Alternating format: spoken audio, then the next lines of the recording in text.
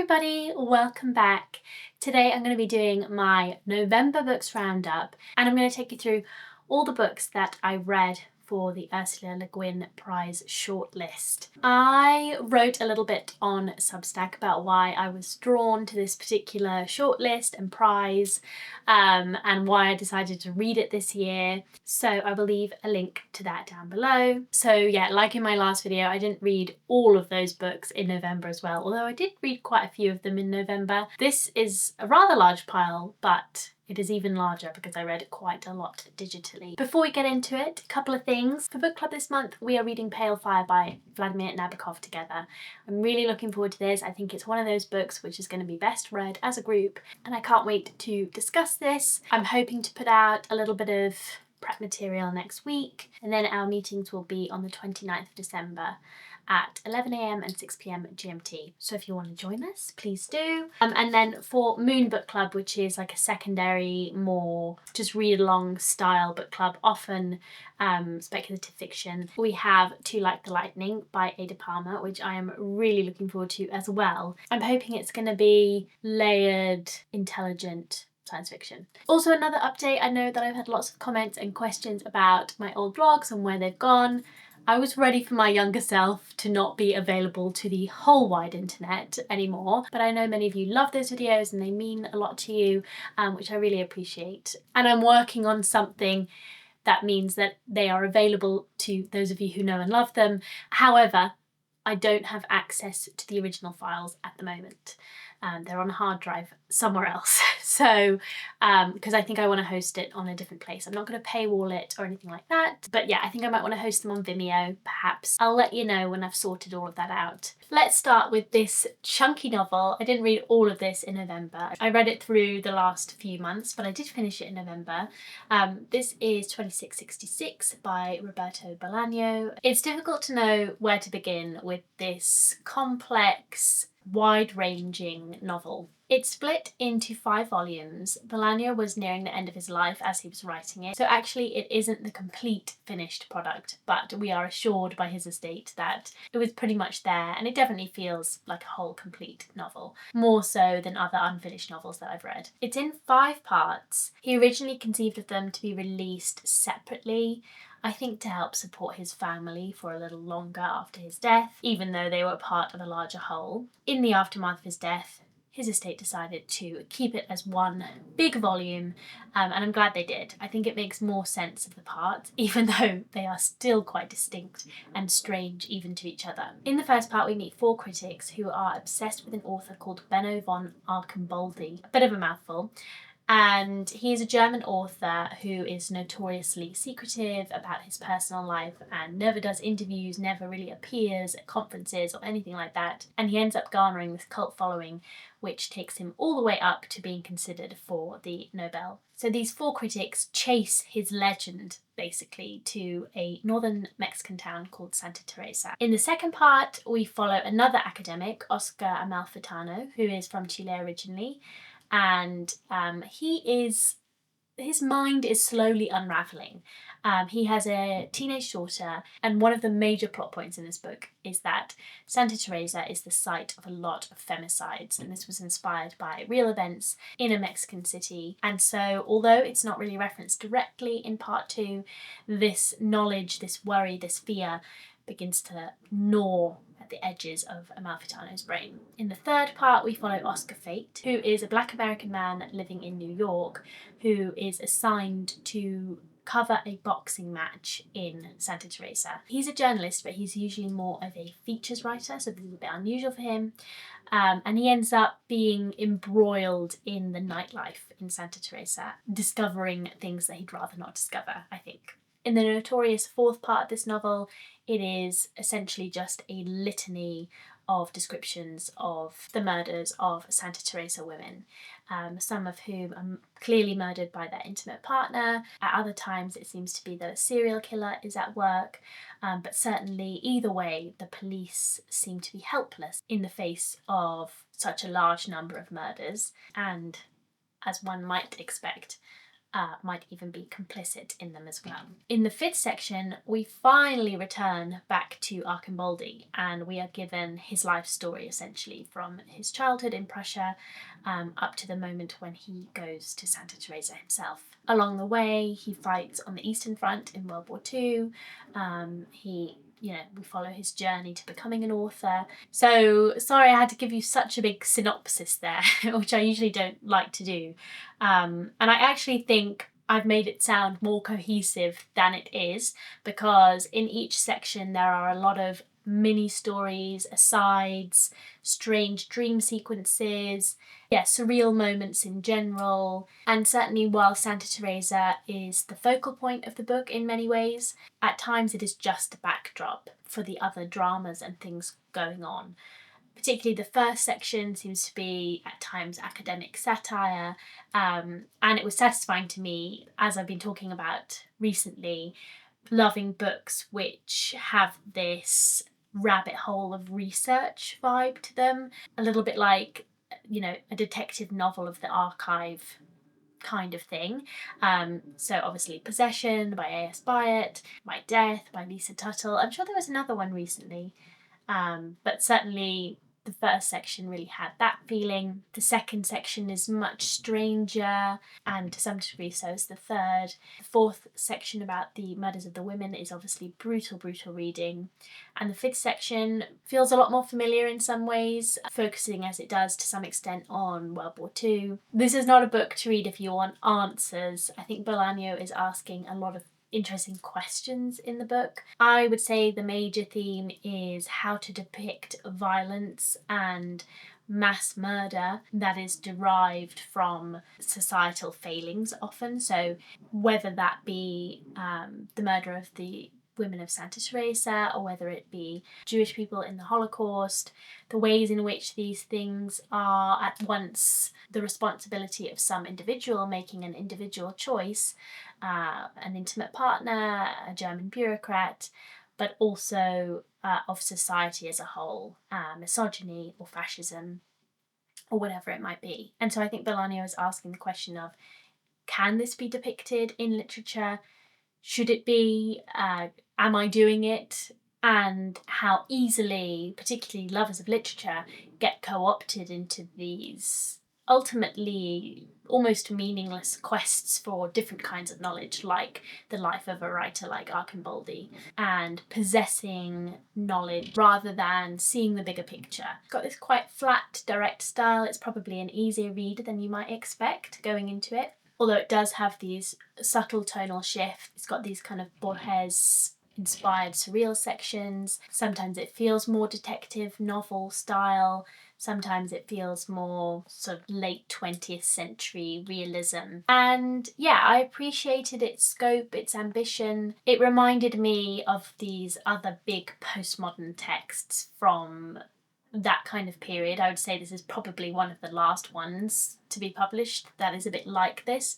It was published in 2004. And yeah, overall I recommend it. It is probably going to baffle you, but I found myself engaged with pretty much each section, which is really hard to do, I think, and really speaks to Bolaño's storytelling ability, even at some of the smaller scales, so some of the like mini stories within the larger story.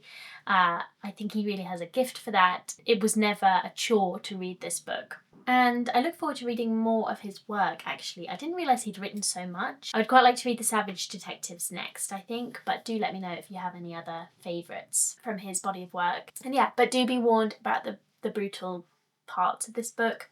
Check trigger warnings. It is not an easy read, especially in that fourth section. I reread A Tale of Two Cities this month for book club. We read this one together and I really liked it. I haven't read as much early Dickens as I would like. I read Oliver Twist a long time ago and I didn't think it was, anything particularly special. I love late Dickens. I've read pretty much all of the later novels. And I kind of love them all for different reasons, but this is one of the best. It is very different from other Dickens though, interesting. So in this book we are moving back and forth between London and Paris, the two cities, during the time of the French Revolution. The book opens with a man called Mr. Lorry. He's going over to Paris from London to fetch Dr. Manette, a man who has been locked in a French prison for, I think it's 18 years, without anyone even really knowing what his crime was.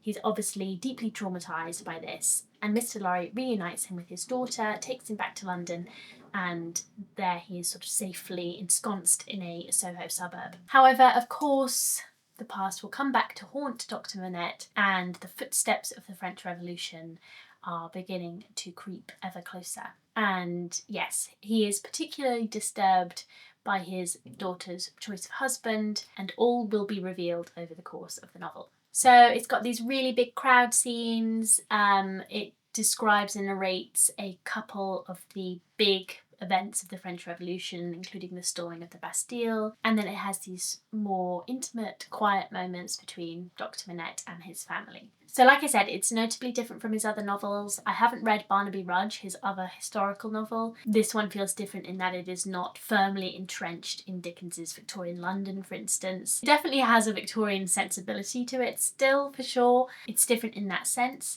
Apparently also Dickens was inspired by Thomas Carlyle's The French Revolution. The writing style might be influenced by the sorts of historical sources that he was reading.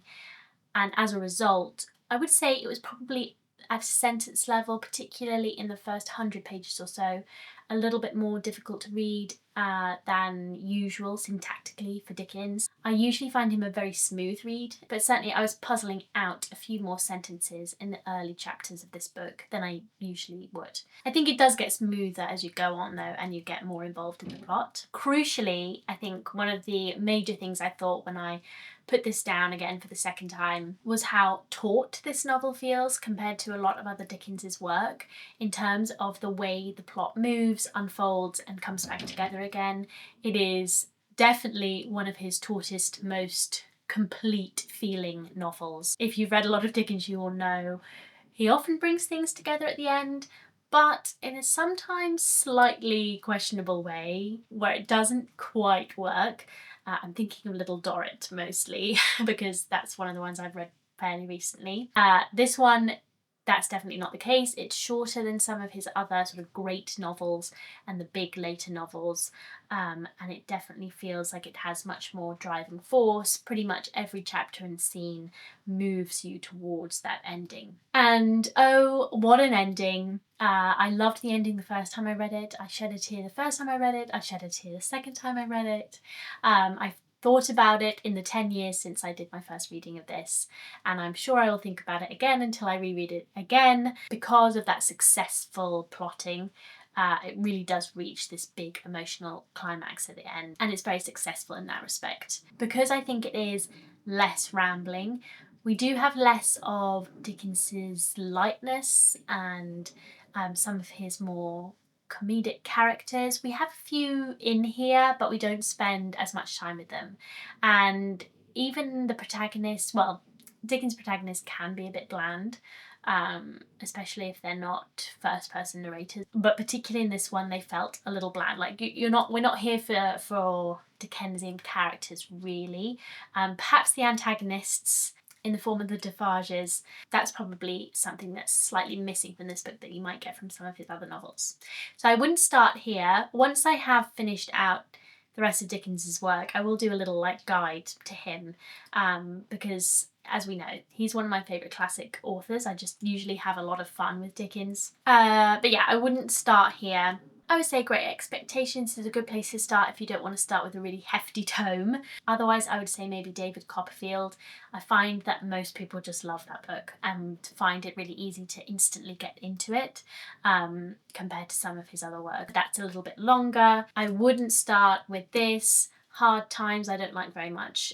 This I do really like, but I just don't think it's a great starting place. I wouldn't start with Little Dorrit or Bleak House. They're really long. I really want to reread Our Mutual Friend because I loved it at school. But it's hard for me to recommend it because it's been so long since I read it. Yeah, I would say David Copperfield or Great Expectations, and then read your way through the sort of latter half of his career. I think all of them are worthy reads. For Moon Book Club for November, we read Morning and Evening by John Fosse. I'm definitely not saying that right. Let's see how we say it. Okay, I think it's Jorn Fosse. It's a little closer to the Norwegian pronunciation.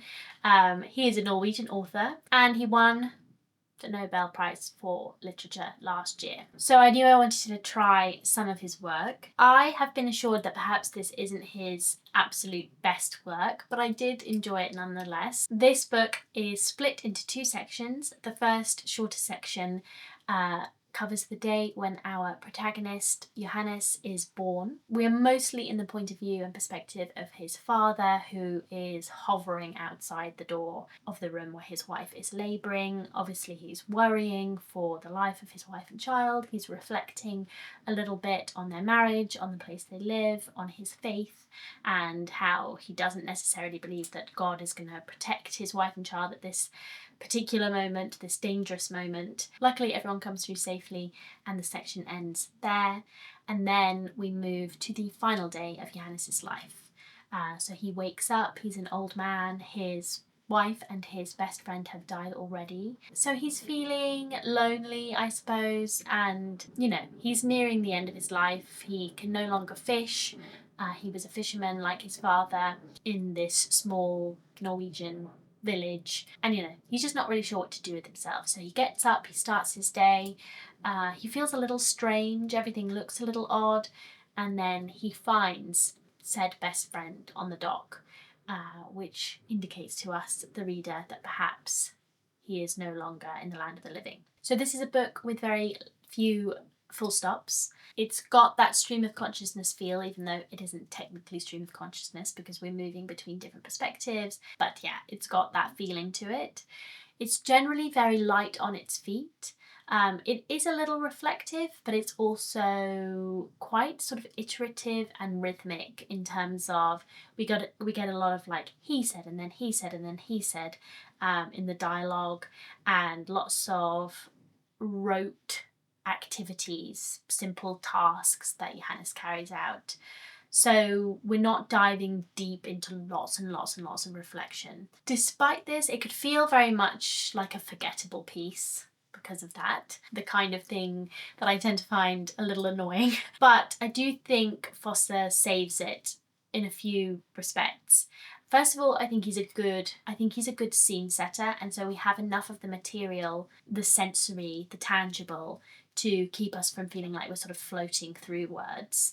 Particularly the opening scene of, I'm going to say Ulai, his father, standing outside that door. You can really feel it, see it in your mind's eye, and that sort of beautiful post-birth relief is also really strong in the closing of that section. I think because he's good at scene, he's good at atmosphere. The iterative nature of it, I listened to it whilst I read it, which is something I have loved doing recently. I think it's been really helpful in finding the rhythm of some books, especially when, you know, my focus is a little shot, I'm not entirely on task. It really helps in those moments. The iterative power of the language, even though it feels perhaps a little grating at times, particularly towards the beginning of the second section, when we're just following Johannes going about his kind of daily activities, it does build it, and it really does create an atmosphere. And the ending is really moving, actually. I was moved by it more than I thought I would be. We're yet to see if this one will stick with me in my mind for such a tiny little book. It's under 100 pages. As I say, it's light on its feet, but I do think there was something to that ending which may stick with me. So yes, as I said, I have been assured by people in book club that this is probably not his best work, so I am looking forward to reading more work by him, and I liked this one. So first Le Guin Prize Shortlist book I'm going to talk to you about is the winner. It's It Lasts Forever and Then It's Over by Marcken. You'll be pleased to know I think this is a worthy winner, especially of the more literary selection on the shortlist. So this is about a protagonist who is a zombie, or undead if you want to be a little bit more dignified and literary. And this book is really a meditation on grief in this very left field, strange way through the figure of the zombie. Our protagonist is aware that she's missing something. Something, someone, some place, some feeling, some humanity, but she doesn't know what it is. She can't really remember, And it really captures the void that grief can be and the unfillability of grief. So this is in a fragmentary, poetic style, but again, it has enough materiality, enough of the sensory, enough scene, enough storyline, because we follow her on a journey as she tries to find the thing she doesn't know she's missing. And it also has a little humour, a little lightness. It opens with her arm falling off, so I think Marcken is aware of both the tropes of being undead and also the slapstick nature of that, and I think that adds another balancing element to this book. I'd read it in 1 or 2 sittings max, same with this, to really feel their power. Again, I felt quite moved by the ending and just moved overall. I think Marcken, as I say, manages to capture the atmosphere of grief quite well in this strange apocalyptic world. I think I will return to this one at some point just to further appreciate it. I think it might be one of those. But I was impressed by this. I'm glad it won. I think it was a worthy winner. I look forward to whatever Marcken writes next. Of course, I read the new Southern Reach novel by Jeff VanderMeer, Absolution, and I interviewed him last week, I think it was now. And if you do want to watch that back, you can access it as part of Patreon, Substack. I'll put links in bits down below. So obviously this is one of my most anticipated reads of the year. I was nervous, of course, because I do love the original trilogy.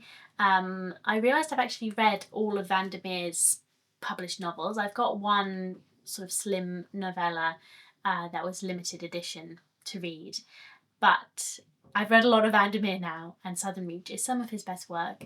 So yeah, I was apprehensive about this new instalment, surprise instalment, but I'm pleased to say that I liked it. I think it's a worthy addition. One of the things I just love about reading a lot of one author's work is how familiar you become with their writing style, with the way their mind works, and you're able to see connections and themes across their books. And I think it really deepens my interactions with his books as a whole. And yeah, I just feel like I got this book, if you know what I mean. Basically, I just enjoyed it. I enjoyed it pretty much all the way through. It's split into 3 parts. The first part is about an expedition that some biologists undertook to the Forgotten Coast, which turns into Area X, 20 years before the border comes down. Strange things were, of course, happening even then. And it's presented to us a fairly tangential character from the 3rd book called Old Jim, who turns out to be a Central operative. And Central operates the Southern Reach, which investigates Area X. So it turns out he was a Central operative the whole time, and he is looking at the files that cover this expedition of biologists. In the 2nd section, we follow Old Jim into Forgotten Coast around the time of the border coming down. So he's supposed to be finding out what happened to the biologists, but also kind of what's going on there in general, because it's all a bit weird. And then the final section, we finally discover what happened in the first expedition ever into Area X, which is covered a little bit in the original trilogy. We knew that a man called Jim Lowry was the only one to survive that expedition, and so we are in Lowry's perspective on that first expedition. And it is the most notorious part of this book because it is filled with swearing, with expletives. Some people don't mind it, some people love it, some people hate it. To me, it reads extremely VanderMeer. He loves to mess with us. So yeah, I liked the detective-y, archival detective feel of the first part, that turns into this like ecstatic surrealism in this climactic moment, which I just really loved. I liked the tenderness, pain of Old Jim's section in the middle, the relationship he strikes up with his fellow operative. I liked the sheer madness of Lowry's section. Again, I listened to it as I read it, particularly that final part, which I think again helped me move through some of those denser passages filled with swear words. I do understand how and why you might end up not really liking his style. It's so informed by weird and strange fiction, but also spy and detective fiction, I would say, and it feels quite in your face. It's not a great descriptor, but that's how I would put it. But also at the same time, I was really struck in this one by how beautiful some of it was and how poetic, and the contrast and inclusion of both feels strange and uncanny even by itself. I think he's a master of horror and uncanny writing. I talked a little bit recently about not loving a lot of horror fiction because I just don't get that feeling, that creepy feeling up my spine. It doesn't feel truly strange or surprising to me, but I feel like VanderMeer always surprises me somehow. So it's possibly just because I love his work so much that I don't get that feeling from a lot of other horror fiction. I would definitely say still read these in publishing order, even though this is technically a prequel. But yeah, I did really like this one. I just enjoyed my time with it, and I really look forward to what he's writing next. It sounds so interesting. I did reread all 3 books in the space of about 2 days, which was a little intense. So I read Absolution, then I read these. Ideally, I would have read Absolution, read these, and then read Absolution again. I think that would have been the best way to get the most out of the new book. But yes, I reread these and I had a new appreciation for them, especially with the knowledge that I had garnered from Absolution. I had reread Annihilation last year, so I've now read this one 3 times, which is extremely rare for me to find the time to reread a book that much. I love Annihilation. It's just a great book all by itself. It's fantastic.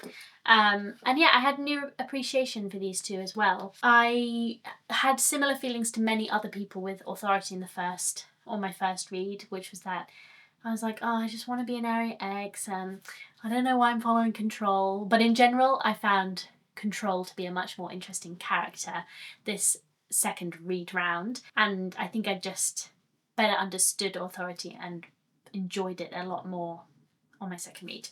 And Acceptance, I had a new appreciation for Acceptance as well, actually. Again, I was so enamoured with the biologist from Annihilation, I think many readers are, that you begrudge time spent with other characters a little bit on the first read. At least I think that's probably how I felt.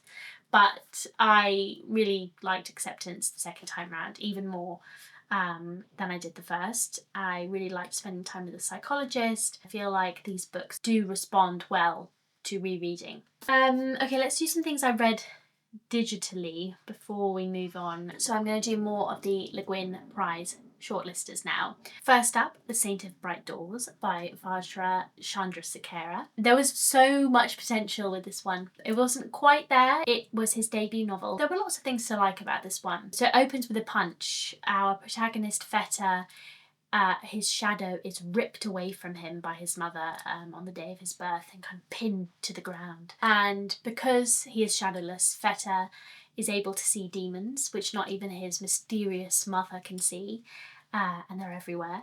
And he also is able to float. He's not as grounded as the rest of us shadowed folks. So it opens in his village. It all seems very strange and otherworldly. But very quickly he moves to a city which has a lot of contemporary modern world aspects that would be familiar to us. So there are lots of gods and strange magics and things going on, but they might use viral marketing or crowdfunding to grow and administer to their following. Weird combination of things which initially I thought worked, but then unfortunately became a little grating as we went on. This book is at its best when Chandrasekera is at his weirdest. Some of the images of the demons are still in my mind's eye. So uniquely wrought, really, really striking and vivid. And yeah, the stranger, more fantastical parts of the novel are definitely where it is at its strongest. I wish there was more. So anyway, in this city there are these bright doors which seemingly lead nowhere, like they will just appear if you leave a door closed for too long. So this is obviously very intriguing. I would be surprised if you left this book without being a bit disappointed as to how the bright doors and the realm beyond them was handled. It's almost like he didn't quite know what to do with some of the elements that he introduced. And I would say certainly through some of the first half of the book, when Fosse is in the city and living young, wild and free as a young man, trying to, you know, have his romantic dalliances. He's part of some support group for other children of gods that are not the chosen one, or whatever. The novel flounders a bit. It was kind of like Chandrasekera wanted to implant a different kind of novel in this rather fantastical, overarching novel. I suppose that there are some plot aspects to this section, but really they could have been almost completely deleted and not changed the final result. It could have been done in a much more condensed fashion. And I just don't think that's his strong suit, at least in this book, as an author. As I say, his strong suit is the weirder, more fantastical elements and not the kind of daily life elements. I don't think we ever quite warmed to Fosse as we should. And yeah, I just felt it slackened a little bit in the middle of that first half. I think this is a debut novel thing. I think, as I say, there's lots of potential here, but it just doesn't quite succeed on the whole. Definitely in the second half, as we actually get to the meat of the plot, it picks up again. I will read more of his work for sure. He had a new book out this year, I think, called Rake's Fall, and I do want to read that. Let's keep going with these and then we'll return to digital books in a minute. I read Sift by Alissa Hartman for the shortlist as well. This is published by an independent press called The Third Thing, which is actually run by Marcken. It's by far the most poetic novel on the shortlist, and will appeal to readers who like this kind of thing for sure. It's quite abstract and doesn't have a lot of the plot and character footholds that some of the other books do. As a novel kind of experience, I don't think it's particularly satisfying, but if you go into it thinking of it more as prose poetry, I do think it actually works quite well at creating the atmosphere that it wants to create. So it follows two women who go on some sort of strange journey in an apocalyptic time. Climate change has ravaged the earth. They end up inside a mountain and they begin to transform into something other than human, more than human. And in general, I think the whole piece is really about that, what might come after us, or what we might have to change into to live in a new world. There is a little plot here, there is a little bit of backstory, we certainly get a sense of the differences between the two women, and I do think it creates this atmosphere of desolation and transformation and strangeness. So yeah, if you read it almost like a poem, I think it totally works. But yes, I would definitely like to explore The Third Thing press a little bit more. I'm always looking for good new presses. Another book which I think, if I was looking on the more genre side of things on the shortlist, which I think could have won, which I would have been happy to see win, would be this one, which is The Library of Broken Worlds by Alissa Dawn Johnson.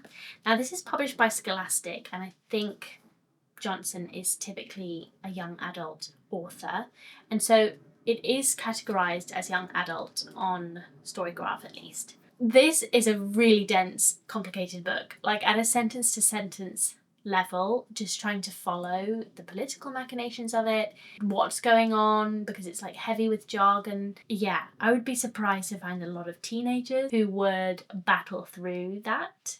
I think you actually have to have quite a solid knowledge of speculative fiction and contemporary politics and a real kind of background of reading speculative fiction to engage properly with this book, because it does make you work. I'm not saying no teenagers could do it, but it reads like an adult novel to me, for sure. It's quite hard to describe it. So it's about an AI. She's born in the tunnels of the library, and the library is a whole planet, and it's not a library in the way that you would think of a library.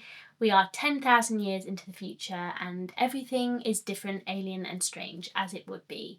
So the library is made up of these material gods who you can like crawl through them and discover their data and their information by ingesting parts of them. It has all these natural features like cenotes and waterfalls and rain and weather systems and islands and whatever else, woods. And so we follow Freda. She's the daughter of a library god. She's an AI. She obviously, throughout the course of the book, has a lot of angst over whether she's a human, whether she's not a human. She has a loving mother who is head librarian and raises her as human. Yeah, she becomes embroiled in this case for liberation, basically, for oppressed peoples across the galaxy against some of the more oppressive planets and peoples and systems at work. And it starts very legal and then moves into like outright war as the book goes on. But yeah, as I say, it's hard and dense to read because, you know, it's so far removed from familiarity for us. People live in the physical realm, but they also have like internet-y avatars that interact with one another.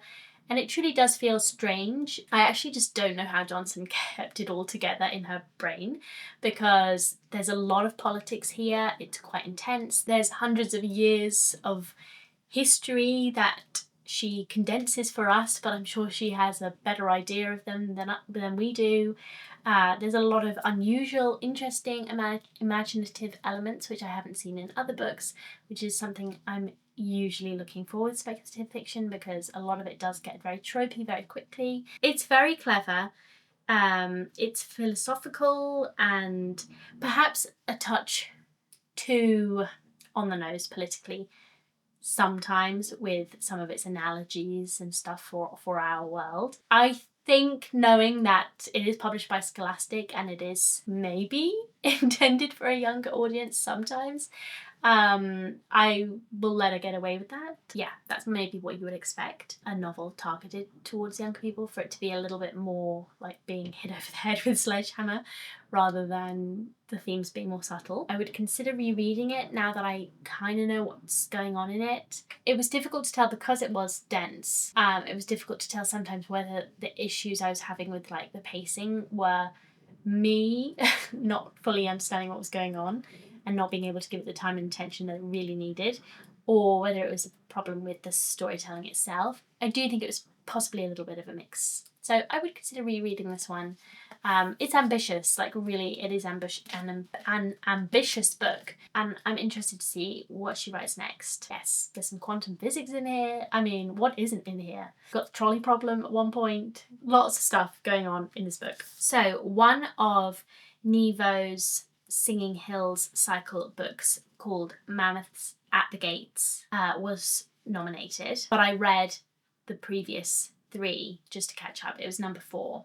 I think there's actually been a 5th one since, and they're all novellas. They're very short. However, I listened to the first 3 whilst I was packing up the house before, and this is not a good way to consume these books, I don't think. I'm all for audiobooks at the moment, but for this particular style is just not good, because it's got these like very quiet reveals. It's quite short, so you're not with the characters, you know, for a long period of time. They're quite gentle stories, lyrically told. Just not a good audiobook for me. I wasn't able to keep track as well as I would have liked. They say you can read it, you can start at any point, but actually particularly for Mammoths at the Gates, which is a little bit more personal to our main character, who usually just records stories, I do think it's worth reading the previous books, but read them, don't listen to them.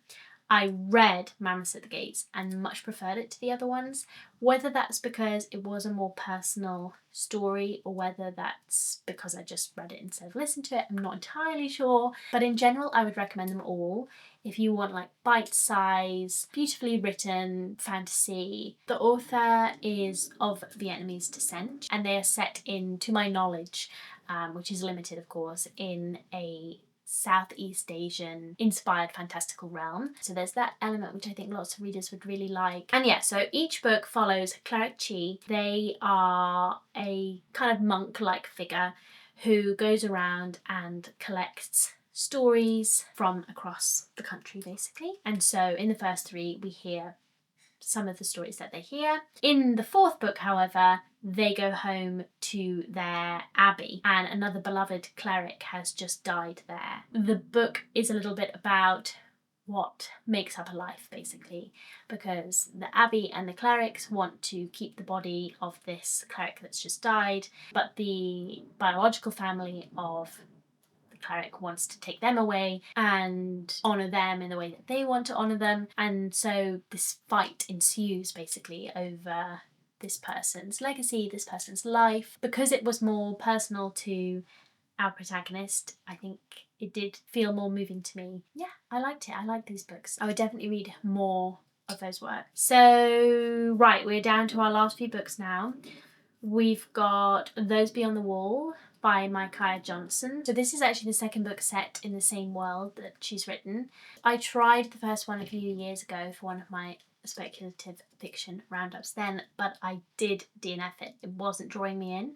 But I was really struck by the opening pages of this one. I feel like Johnson's definitely matured as an author in between and managed to gather up some of those things that make a book special or like engaging right from the top. So I was really impressed by the narrative voice. We're in a first person perspective of Mr. Scales, and her voice feels very powerful instantly from the moment we meet her, and she sets herself up like a unreliable narrator. Almost instantly as well witnesses the brutal death of one of her close friends. So be warned, this book is actually very gory and violent, so for those of you who don't like that will not like this one. And it just felt kind of also a little bit strange, a little bit unusual, and yeah, so I was drawn in instantly by it. And Mr. Scales is part of this criminal dynasty basically. So in both books there are two kind of cities locked in eternal war essentially, sometimes sort of semi-peaceful, sometimes not.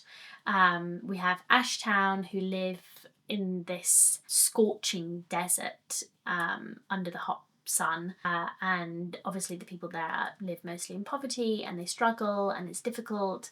And then we have Wiley City, which is under this like biodome basically, and so Mr. Scales and their sort of criminal dynasty live and operate in Ashtown. But it turns out some of these murders, some of these weird perpetratorless murders are happening as well in Wiley City, and Mr. Scales is assigned to work out what the hell's going on. So I think it got a little slow and repetitive at points.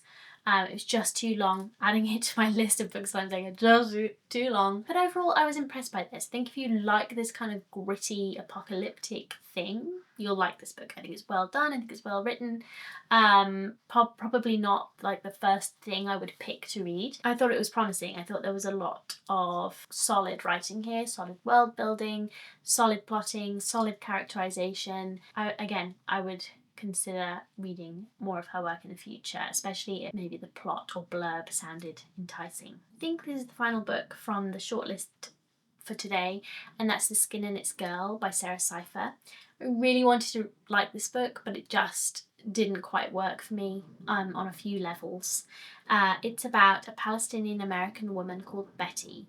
She is standing at the graveside of her beloved and rather larger than life aunt, and she is at this juncture in her life. She wants to ask her aunt whether she should follow her heart and follow the woman she loves to a new country, or whether she should stay sort of where she's always been with her mother, who's always had mental health struggles, and she's asking her aunt's advice. Of course her aunt can't give her this advice.